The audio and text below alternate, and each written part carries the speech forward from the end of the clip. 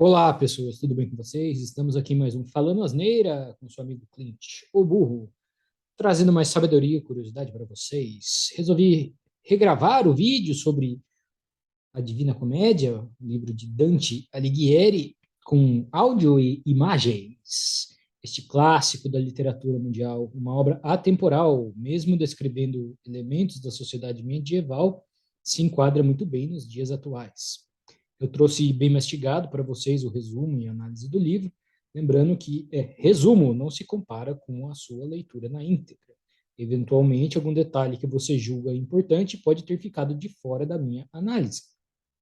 Eu vou dividir o vídeo em duas partes para não ficar muito extenso, afinal são mais de 12 mil versos distribuídos em 528 páginas. Não há registro preciso para a data da obra, mas a sua publicação ocorreu por volta de 1304, 1321. E se dividiu em três partes, né? Se divide em três partes. A primeira parte, o inferno, a segunda parte, o purgatório, e a última parte, o paraíso. Cada uma dessas três partes do poema tem exatamente 33 cantos. Se contarmos a introdução, dão precisamente 100 cantos, de maneira perfeita. Existem no livro, né, os personagens principais, que seriam o escritor, né, o próprio Dante, que representaria o homem, né, o cidadão comum, aquele que sofre, que tem medo, que é cheio de dúvidas, que hesita. O poeta romano Virgílio, que escreveu o livro da Eneida, que representaria a razão, e esta daqui, que seria a Beatrice, ou Beatriz, o amor da adolescência de Dante, que representa a fé e o amor divino. Ainda existem personagens secundários do Velho Testamento, Novo Testamento, figuras da Roma e Grécia Antiga, bem como seres mitológicos, elementos políticos, sociais e filosóficos. É uma obra, sobretudo, moralizante, utilizando como referência os valores cristãos da época, embora conte com vários elementos pagãos. Dante foi, sem dúvida, um dos autores que ajudou a modelar a nossa ideia de inferno, bem como popularizar os sete pecados capitais. Aqui, no caso, na figura, a gente está vendo, né, o purgatório e os seus sete círculos. Um, dois, três, quatro, cinco, seis, sete, e finalmente o paraíso. A Divina Comédia propõe que a Terra estaria no meio de uma sucessão de círculos concêntricos, formando a esfera armilar, e o meridiano onde está Jerusalém hoje seria o lugar atingido por Lúcifer, ao cair das estrelas, né? Quando ele foi expulso do céu, né? Junto com a terça parte dos anjos, os anjos caídos, né? E acabou se chocando com a Terra, exatamente na Terra Santa, onde formou o portal do inferno, na depressão do Mar Morto, onde todas as águas convergem, e o paraíso e o purgatório seriam outros círculos concêntricos que juntos correspondem à mecânica celeste. Então, Jerusalém, né, o inferno, nos seus 9 círculos, o centro da Terra, depois o purgatório, né, até chegar no céu e no paraíso. Vamos lá. Começando a história propriamente dito, temos Dante perdido em uma, né, o livro começa com Dante perdido, acabando de acordar de um sono profundo, em uma selva sombria, meio sonolento ainda. Essa selva sombria é uma alegoria à perdição do pecado, onde estamos todos confusos, não achamos o caminho certo. E só podemos sair dele através do quê? Do Waze, não. Do Google Maps, não também, pessoas. Mas através da luz. Aqui podemos ver o poeta, né, o escritor Dante, caminhando em direção à luz na floresta.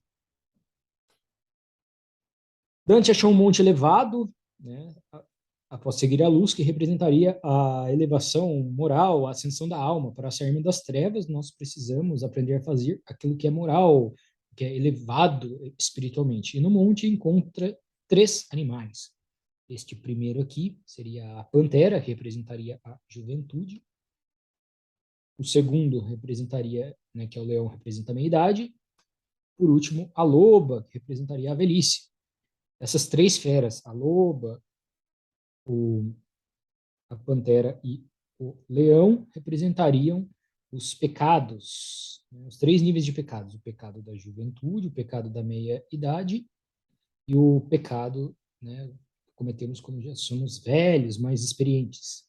Seriam aqueles cometidos, né, do nível de culpa até o menos, né, que seria o menos grave, até aquele que pecamos com a intenção de fazer mal a alguém, que seria, né, o dolo, na verdade.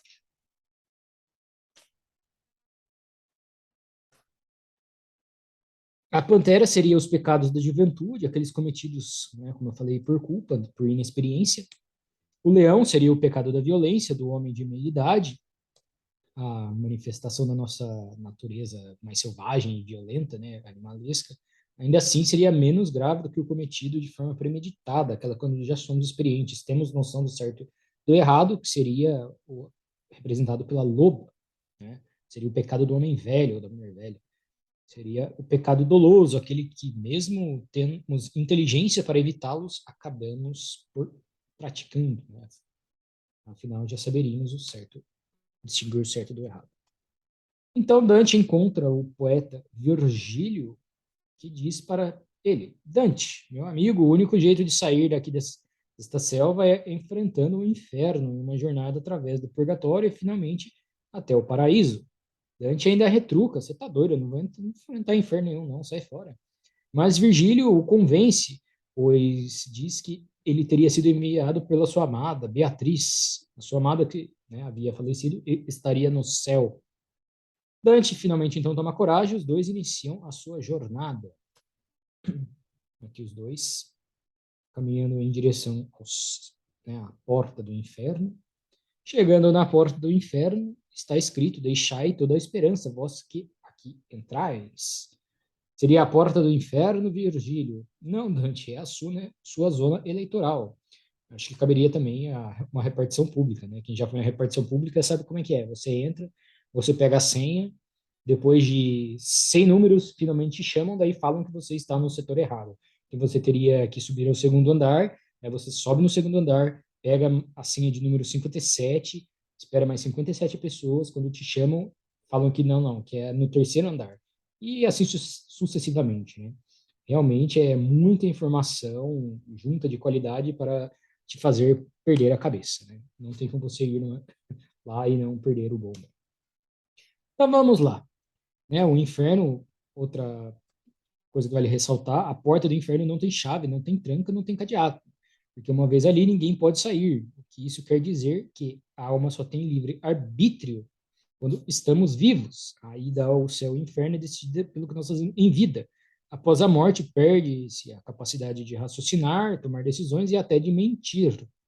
Tem aquela frase do filme Gladiador, né? Abre aspas: o que fazemos em vida ecoa na eternidade. Então, para aqueles que creem, né? Cuidado com as suas escolhas, pessoas, em vida. Passando pela porta, eles entram aqui, número 1, seria o vestíbulo, né? Do inferno, né? Seria uma espécie de antessala onde estão os mortos que não podem ir para o céu e nem para o inferno.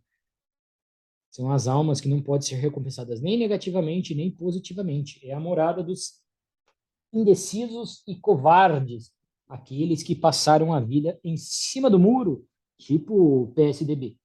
Aí vocês pensam: ah, beleza, deve ser um lugar neutro, nem frio nem quente.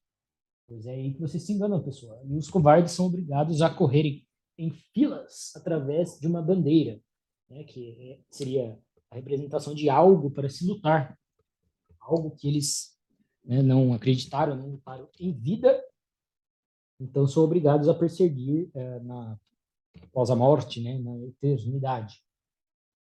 E ali são picados por vespas moscões, enquanto os vermes roem as suas pernas. Aqui dá para ver, seria a representação da bandeira, né? E as pessoas correndo atrás e sendo picadas, né?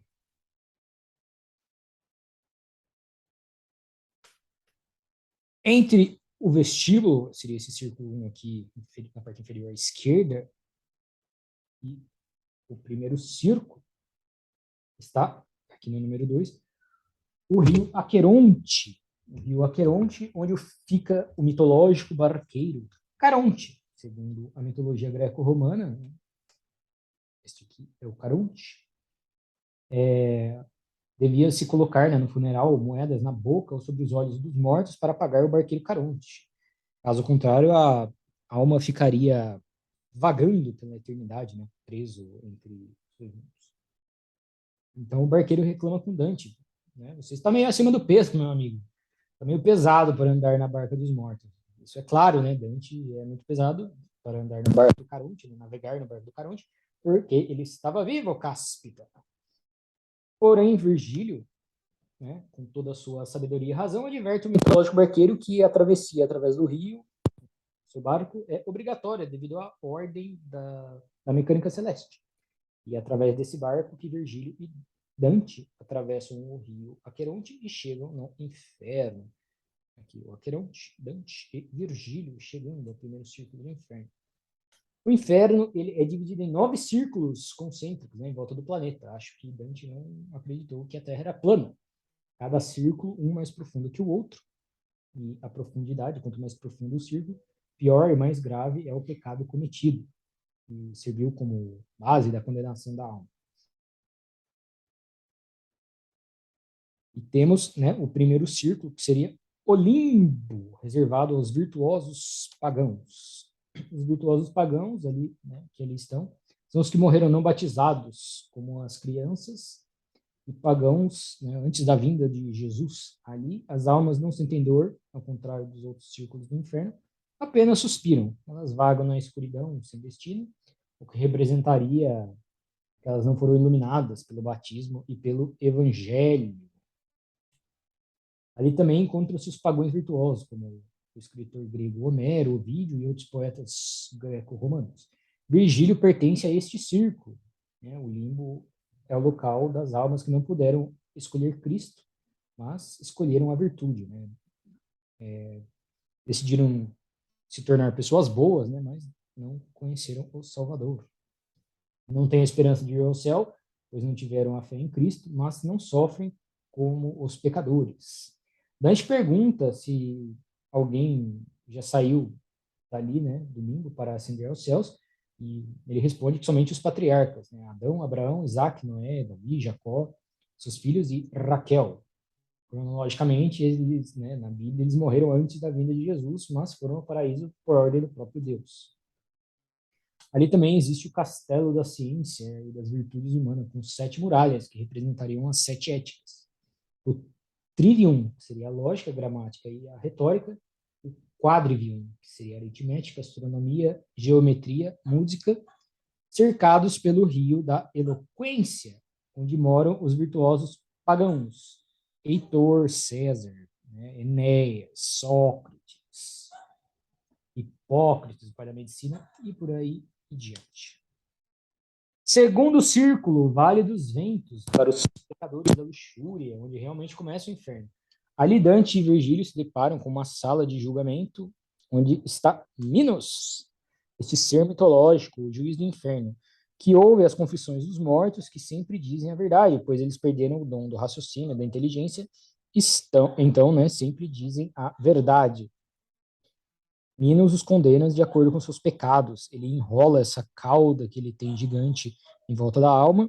Cada volta corresponde ao círculo que a pessoa será enviada. Né? Uma volta, primeiro círculo. 3 voltas, terceiro círculo. 4 voltas, vai para o quarto círculo. Só para curiosidade, na mitologia, mitologia grega, né, os juízes do inferno são 3. Éaco, ou Aiacos, Radamanto, ou Radamantes, e Minos. O julgamento das almas, né, era assistido pelo próprio Hades, né, o senhor, o deus do submundo. Conforme a sentença, eles seguiam para o campo do Asfódalos, um local neutro, os campos elíseos, que seria o paraíso, ou o Tártaro, que seria o inferno propriamente dito. As sentenças propostas por Hades eram irrevogáveis, nem mesmo o próprio Zeus, o rei do Olimpo, poderia interferir na sua decisão. Segundo Platão, supunha-se que Radamantes julgava as almas vindo da Ásia, enquanto Eco fazia o mesmo com as almas ocidentais, e Minos teria o voto de Minerva, né, um voto de desempate, um voto decisivo. Depois da sala do julgamento está o Vale dos Ventos, onde aparecem os luxuriosos, são atormentados por um furacão e turbilhões de ventos, que não param nunca. Em vida eram levados por por suas paixões, né, que os arrastavam como o vento, e agora eles são arrastados pelo vento, né, de um lado para o outro no inferno, que dá para ver que a túnica, né, de Virgílio e Dante está esvoaçante por causa do vento, né. Aqui estão Cleópatra, Helena, a rainha de Troia, né, princesa de Troia, Aquiles, Paris e Tristão. Terceiro círculo seria o Lago de Lama, local dos gulosos, glutões, né? Os gulosos estão atolados, né, em um lago de lama suja e espessa, composta pelo próprio vômito. Ah, que nojo! Atormentados por uma tempestade de granizo, né, dá para ver aqui na figura número 3 que está chovendo, né, as almas no lago de vômito, vigiadas por Cérbero, o cão de 3 cabeças que morde e dilacera as almas dos glutões, onde eles não podem se comunicar. Por quê? Porque na vida os seus prazeres eram solitários, né, comendo e se esbanjando. Então eles são mantidos em um sofrimento eterno e solitário. O cão, cérebro de 3 cabeças, representaria o apetite sem limite dessas pessoas, pois ele come por 3 bocas. Quarto círculo, colinas de rocha, o local daqueles que cometeram o pecado da ganância, estão os pródigos e avarentos. São repletos de montanhas, as riquezas materiais dos gananciosos se transformaram em pesos, né? Eles têm que empurrar morro acima e uns contra os outros. Aqui habitam Plutão e Fortuna, os deuses gregos da riqueza. Aqui, né, na figura número 4, dá para ver eles empurrando peso, né, um contra o outro. O quinto círculo, aqui logo abaixo, né, existe uma cachoeira de água e sangue borbulhante e fervente. Existem 2 tipos de almas ali, que cometeram o pecado da ira, os que se tornaram violentos, e as almas mal-humoradas na vida, seriam os rancorosos. Existem hordas dos acusados de ira e eles se combatem numa raiva sem fim um contra o outro. No fundo do rio, né, estão os rancorosos, aqueles que reclamam, mas nunca demonstram sua ira, não podem ir para a superfície por causa do peso, né, de suas blasfêmias e rancor que eles guardaram, e se transformam em bolhas no rio quando eles falam. E eles acabam engasgando com seu rancor pela eternidade. Aqui dá para ver as almas se afogando no rio de sangue borbulhante, né? Antes do Círculo 6 existe uma cidade chamada Dite. Aqui é a porta do Dite, né? Ali a cidade serve como uma divisória entre os pecados sem intenção, né, os culposos e os dolosos, aquele que você tem intenção de fazer mal a alguém. Né? E no sexto círculo está o cemitério de fogo. Aqui dá para ver que é um cemitério, né, uma tumba, uma sepultura, e ali estão os que não acreditaram em Deus e no Senhor Jesus Cristo, como epicuristas e hedonistas. Estão confinados a túmulos abertos, de onde arde o fogo eterno. Quanto maior a heresia, mais intenso seriam as chamas, sendo, né, uma clara referência à fogueira da Inquisição, onde a igreja queimava os hereges. E aqui, depois do círculo 6, nós temos o círculo 7, onde temos o vale do rio Flegeonte, onde estão aqueles que cometeram violência. Neste círculo, os violentos se distribuem em 3 vales. O vale do rio Flegeonte, para aqueles que cometeram violência contra o próximo. Não é um rio de água, mas sim do sangue fervente da vítima, né, dos inocentes que foi derramado por esses violentos. Os culpados estão mergulhados no sangue dessas vítimas. Quanto mais mergulhados, mais submersos, né, no rio, mais violento foi o seu crime. E na margem nós temos Quiron e os seus centauros, que atiram flechas nas almas que tentam emergir para fora do rio, né, tentando fugir da sua penalidade. Ali também temos os reis tiranos como Átila, Pirro, Alexandre e Dionísio, que têm somente a sobrancelha para fora do rio de sangue fervente. Os assaltantes têm somente o tórax acima do rio, e os homicidas têm a cabeça, somente a cabeça para fora do rio. O segundo vale, né, seria o Vale das Florestas dos Suicidas, aqueles que praticaram violência contra si mesmo. Estes são transformados em árvores sombrias e retorcidas. Nas árvores existem, ali também, além das árvores, existem as arpias, né? Essa mistura de águia com mulher. E que se alimentam das folhas, causando dor e sangramento nas árvores. Dá para ver aqui a pessoa transformada em árvore e as arpias, né?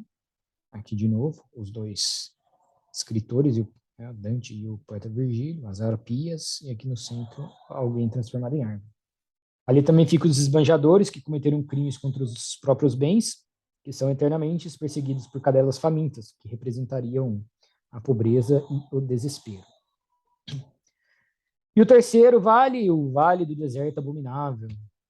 São aqueles que cometeram violência contra Deus, né? Seriam os blasfemadores, os usurários, sodomitas, são condenados a jazer num deserto de areia quente, onde chove fogo e enxofre do céu. Uma clara alusão a Sodoma e Gomorra, né, da Bíblia, onde choveu fogo e enxofre.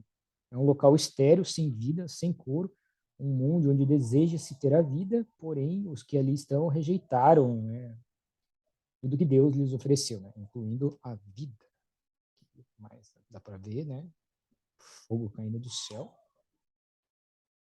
O oitavo círculo, ele é dividido em vales, né? É o Malebolg, chamado Malebolg. É todo de pedra, de couro de ferro. Aqui estão os fraudulentos. Nesse círculo é dividido em 10 fossos, ou boljas, né? Ligado entre si por pontes. O primeiro fosso seria para os rufiões e sedutores, né? Esse aqui, primeiro aqui, parte do meio da figura, onde eles são continuamente açoitados e perseguidos por demônios. Eles exploraram as paixões dos outros e ali são levados com chicotadas a cumprir o desejo dos demônios. Aqui dá para ver de novo o demônio dando uma chicotada nos sedutores. O segundo fosso, esse aqui de baixo, seriam os aduladores e lisonjeiros, submergidos em um fosso de fezes e esterco. Exploravam os outros ao tirar proveito de seus medos e desejos. Sua arma é a linguagem fraudulenta, através de raciocínios falsos, e destrói a comunicação entre as pessoas. Aqui estariam os falsos coachings e falsos gurus, né? Estão imersos nas próprias fezes e na sujeira que deixaram para o mundo por toda a eternidade. Terceiro fosso seriam os simoníacos, traficantes de artefatos sagrados. Eles são enterrados de cabeça para baixo, com pernas e pés assados por velas. Ali Dante encontra o Papa Nicolau III, um conhecido vendedor de indulgências, né? O quarto fosso seria reservado aos adivinhos. Eles têm a cabeça voltada para trás, sem poder para ver onde vão, e a lágrima molhada de, né, seu rosto escorrem pelas suas costas até as nádegas, né? Tipo aquela gotinha de suor que quase não te incomoda, e eles não podem tirar.